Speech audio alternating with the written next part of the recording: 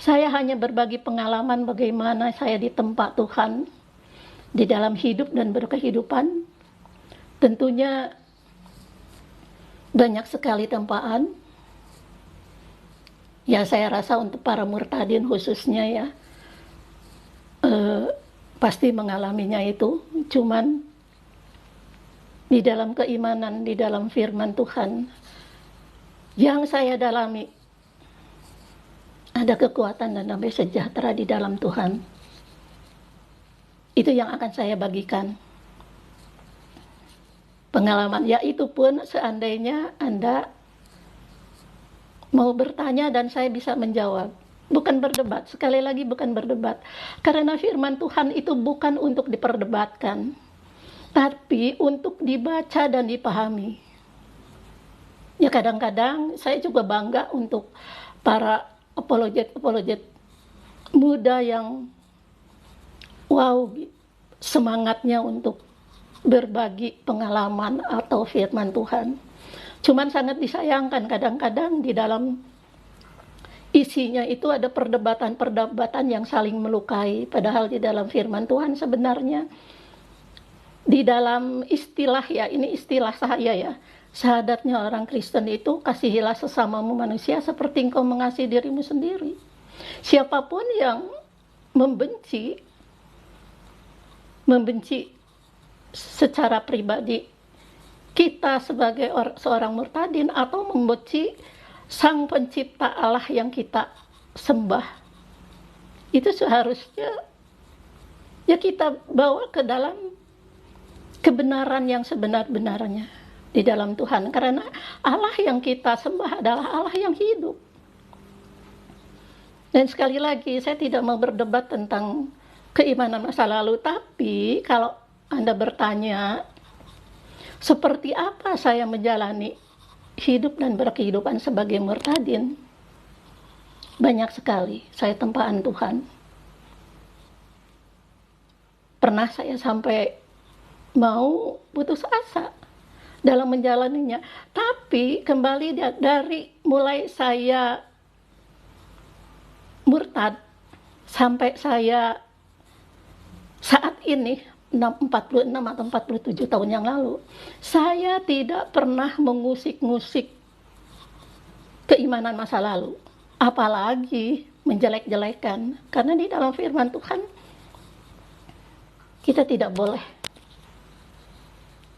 menjelek-jelekan, bahkan mengatakan kasihilah. Walaupun saya pada umumnya itu oleh terutama saudara ya, atau teman-teman siapapun yang pada waktu itu saya menjalani berkehidupan sebagai murtadin, saya dikucilkan. Tetapi karena pada saat itu sedikit demi sedikit saya membaca firman Tuhan yang saya imani, bahkan bukan hanya membaca, tapi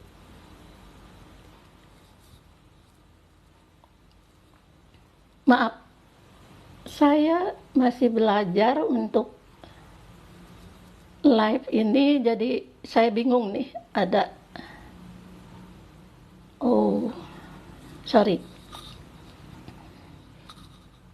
selama saya menjadi murtadin, saya tidak pernah menjelekan, tapi saya justru mendalami keimanan saya, kitab saya yang saya yakini saat ini. Sampai pada akhirnya saya menemukan firman yang menyatakan bahwa saya itu dipilih oleh Tuhan. Bukan kamu yang memilih aku, tetapi akulah yang memilih kamu. Disitulah keimanan saya mulai tumbuh. Bagaimana saya tumbuh di dalam keimanan saya? Banyak hal yang sangat menyakitkan di dalam hidup saya.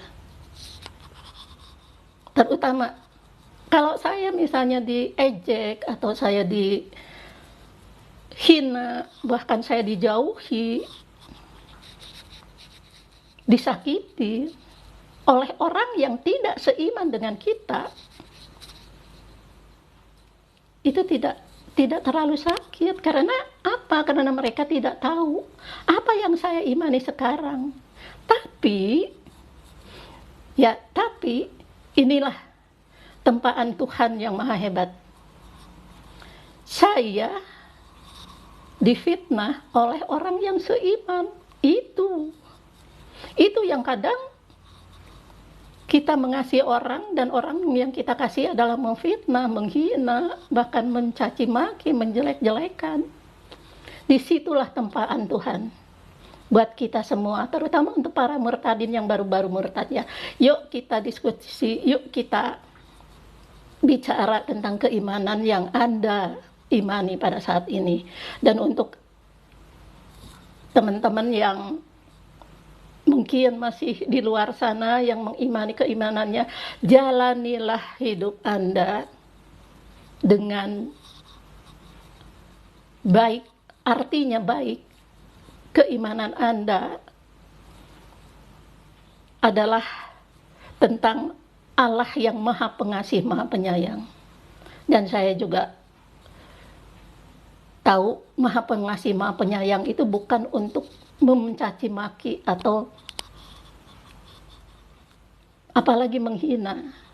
Kalau Anda tidak mengerti, nah ini kadang-kadang juga maaf kata ya, orang yang murtad dari keyakinan Kristen, mereka sibuk mencaci maki atau menghina atau menjelek-jelekan keimanan yang dulu dia imani. Bahkan ada ya katanya sih pendeta ya. Kalau pendeta itu pasti kan dia membaca firman.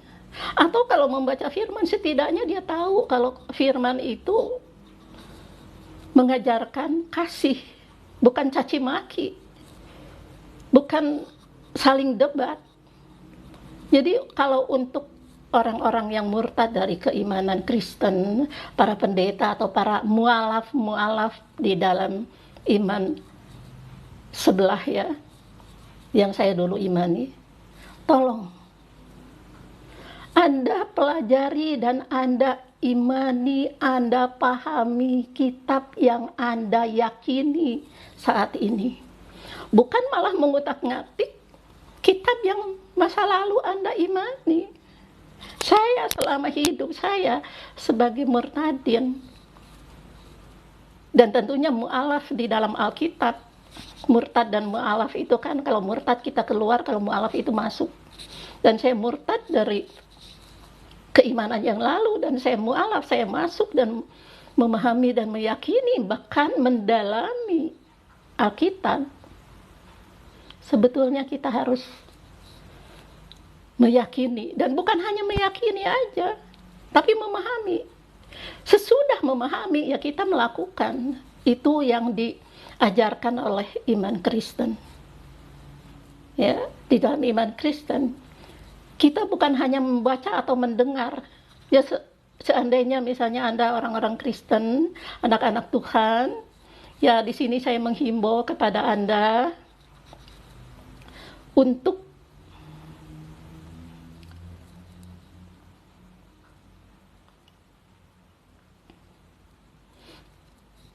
sekali lagi maaf, saya menghimbau kepada Anda untuk memahami, untuk anak-anak Tuhan ya, membaca dan memahami.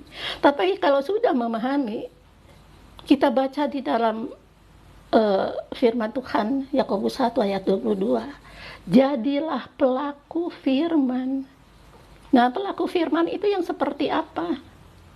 Kita melakukan kehendak Tuhan di dalam firman-Nya, yaitu mengasihi sesama, kasihilah sesama manusia seperti engkau mengasihi dirimu sendiri. Dan sebelumnya, kasihilah Tuhan Allahmu dengan segenap hatimu, dengan segenap akal budimu. Itu adalah simbol daripada salib yang vertikal dan horizontal. Yang vertikal tentunya lebih panjang, lebih dan menancap di dalam tanah, sementara kita adalah buatan firman Tuhan. Di dalam Kejadian 1 ayat 26, kita diciptakan oleh Tuhan dari debu tanah, dan di dalam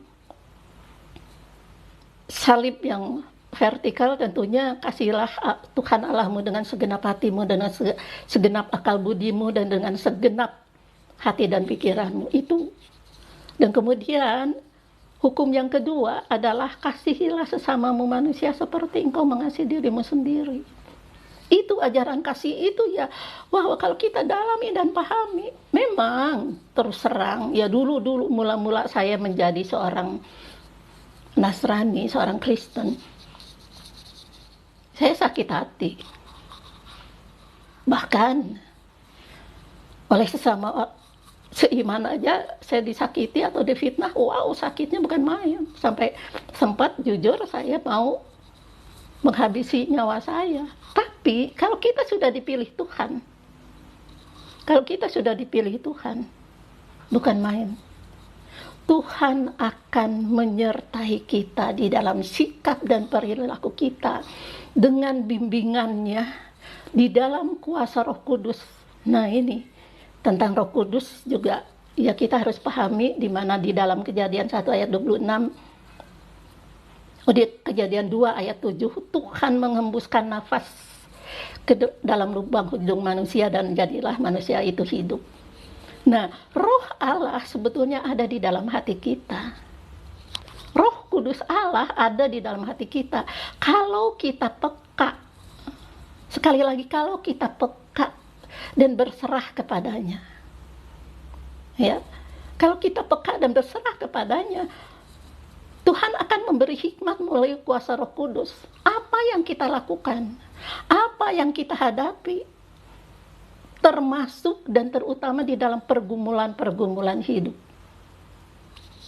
Tempaan Tuhan itu seperti seorang tukang emas, tukang perak menempa perak atau emas atau tembaga, dipukul sampai bagus, dibakar dengan api. Nah, itulah.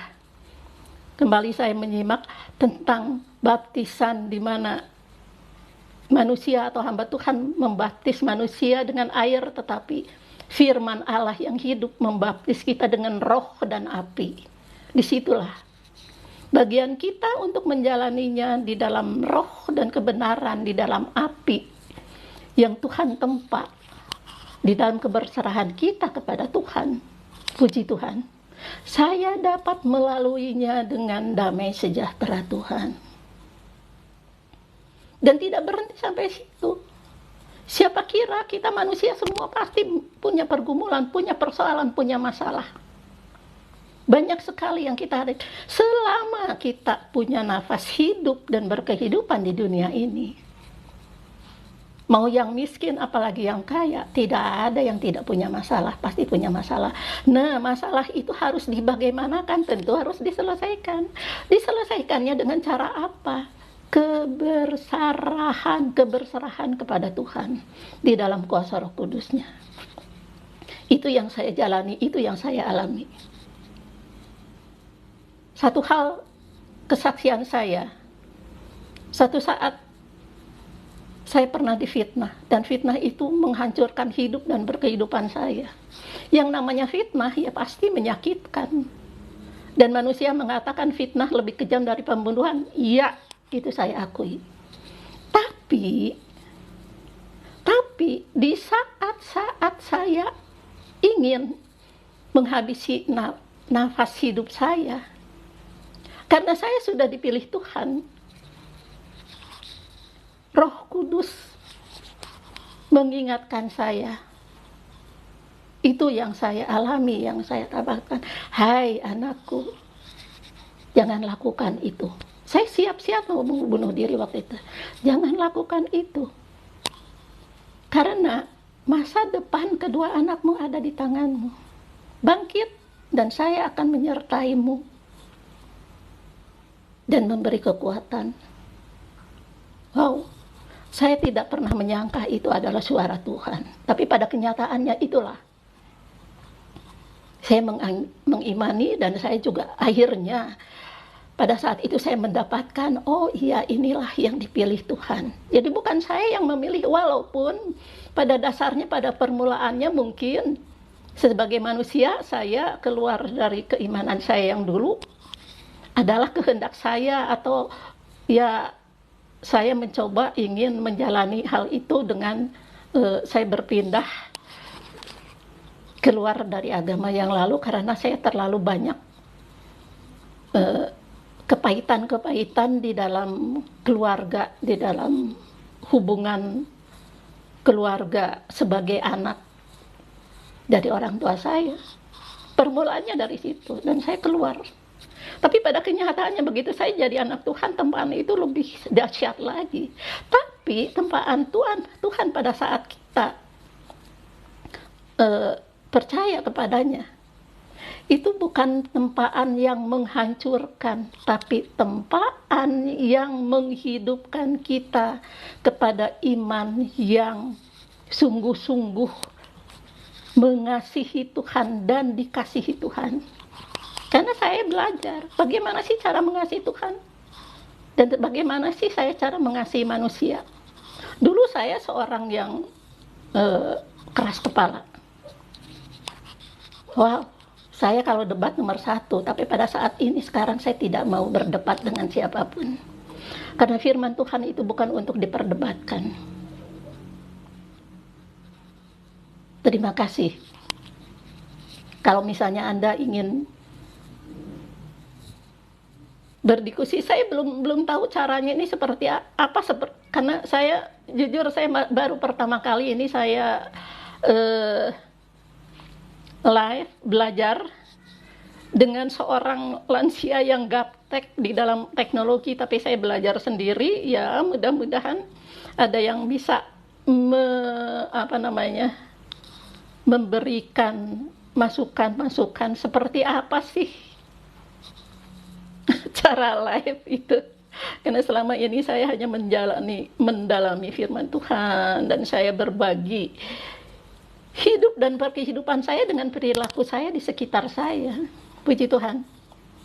Ini sekali lagi, waktu saya pernah difitnah seseorang yang saya kasihi, saya pernah putus asa. Tapi Tuhan mengingatkan saya. Dan itu memang sebelumnya saya bawa terus.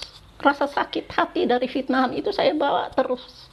Saya pikul sendiri. Dan saya merasa dendam dengan orang itu. Sampai pada akhirnya, suatu saat sekian tahun kemudian, saya diajarkan untuk mengampuni. Saya bilang, bagaimana cara mengampuni sementara saya masih mengingat terus kejadian itu. Dan beliau, Bapak rohani saya secara di dunia ini, memberikan masukan. Saya harus doa puasa. Nah, di sini lagi tentang puasa. Saya mulai memahami.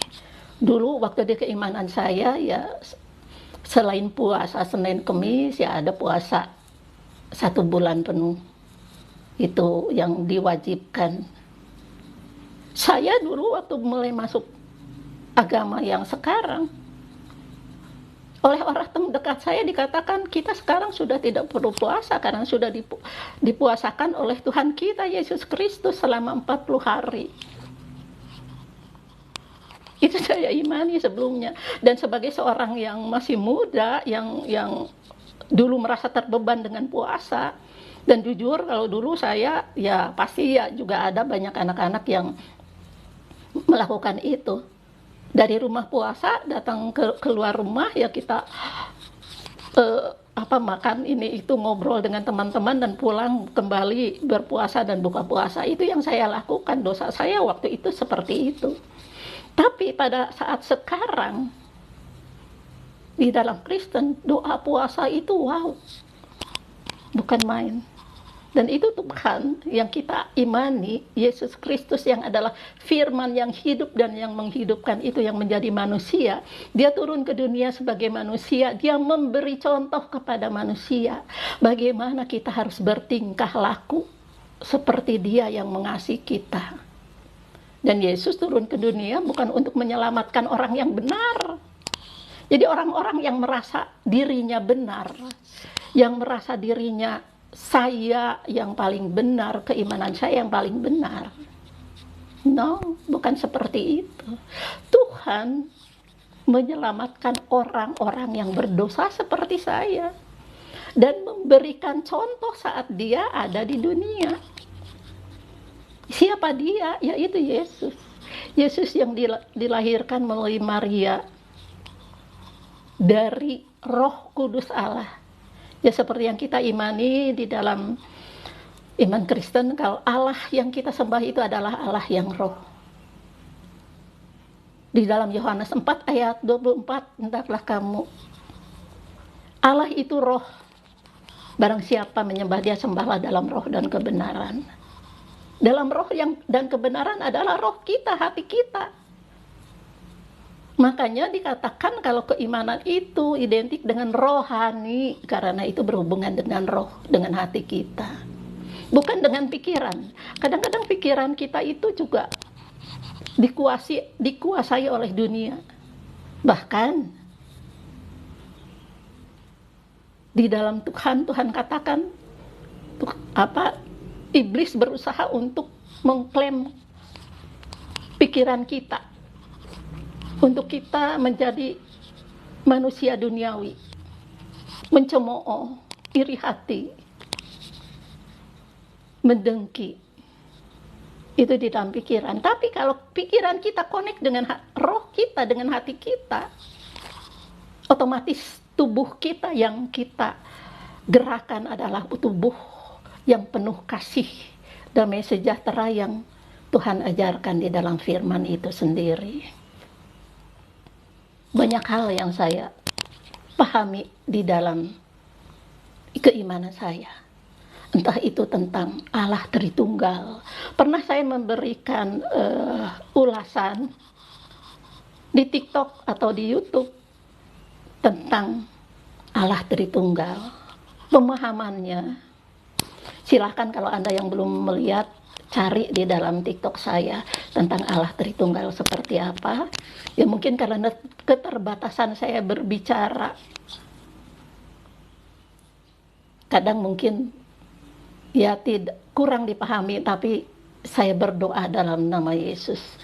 Orang-orang yang membaca itu diberkati dan dapat memahami firman Allah dengan sebaik-baiknya di dalam kuasa Roh Kudus. Saya juga belajar dan memahami tentang baptisan. Seperti apa sih yang sebenarnya tentang baptisan itu? Yang Tuhan minta kita menjadi muridnya, dibaptis dalam nama Bapa dan Anak dan Roh Kudus. Seperti apa sih baptisannya yang benar? Itu juga saya pahami dan saya dalami. Jadi demikian. Saya sebetulnya ingin sekali Anda juga berkomen di dalam live saya. Cuma saya nggak tahu, maaf sekali, saya tidak tahu bagaimana caranya saya membuka komen. Maklumlah, seorang lansia yang usia saya sekarang lebih daripada 68 tahun. Ya, 68 tahun lebih usia saya saat ini. Tapi saya rindu sekali untuk berbagi firman. Karena apa? Tuhan katakan, bersaksilah. Di dalam kuasa Roh Kudus saya ingin sekali bersaksi tentang hidup dan kehidupan. Bukan bersaksi tentang kemegahan, kemewahan, bukan. Tapi bersaksi bagaimana saya secara pribadi yang beriman kepada Tuhan memberi kesaksian pergumulan-pergumulan atau tempaan-tempaan Tuhan yang begitu banyak sekali, tapi bisa diselesaikan karena apa? Karena kuasa Tuhan, karena Tuhan yang mengajarkan saya di dalam kuasa Roh Kudusnya. Sekali lagi ya, Anda di dalam firman Tuhan tidak masalah. Anda yang tidak mengenal Tuhan, yang tidak mengenal Yesus, menghujat Yesus tidak masalah, Tuhan tidak marah. Tapi hati-hati kalau Anda menghujat Roh Kudus yang adalah Allah itu sendiri, yang menghidupkan Anda di dalam kuasa rohnya. Karena Allah yang kami sembah adalah Allah yang roh. Sembahlah dia dalam roh dan kebenaran. Dan kalau Anda, dan maaf, roh yang kita sembah itu adalah kudus, suci, kudus. Dan kalau Anda menghujat Roh Kudus, wah, banyak sekali orang-orang di luaran sana yang bagaimana pada akhirnya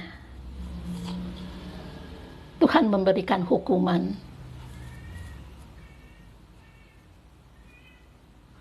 Mereka berperkara bukan dengan kita manusia yang mengimaninya, bukan. Anda menghujat Tuhan yang kami sembah. Anda bukan menghujat kita yang mengimaninya, bukan. Tapi Anda berperkara dengan Allah yang ada roh, yang hidup dan yang menghidupkan. Menghidupkan di sini, ya seperti yang saya tadi pernah katakan, manusia diciptakan oleh Allah di dalam Kejadian 1 ayat 26. Silahkan Anda baca. Allah di sana menyatakan kami, bukan aku, kita, bukan kami, kita. Artinya kita adalah Bapa, Anak, Roh Kudus. Di dalam Kejadian, di dalam awal mula Allah menciptakan langit dan bumi, alam semesta. Allah menyatakan itu. Di mana Allah Tritunggal menciptakan manusia dengan Tritunggal manusia juga. Manusia terdiri dari tubuh yang dibentuk oleh Allah dari debu tanah. Kemudian dia ciptakan pikiran manusia supaya manusia itu berkuasa di atas bumi ini, menaklukkan bumi ini dengan ilmu pengetahuan yang diciptakan di dalam pikiran manusia. Kemudian menghembuskan rohnya di dalam pembentukan manusia itu di dalam Kejadian 2 ayat 7. Kemudian Allah menghembuskan nafas. Itu nafas hidup Allah itu ada di dalam hati kita. Dan begitu Allah kembali kepada tahtanya di dalam hati kita, kita hilanglah nafas kita, maka tubuh ini kembali menjadi debu tanah. Terima kasih, karena ini udah selesai 30 menit. Tuhan Yesus memberkati kita semua. Amin.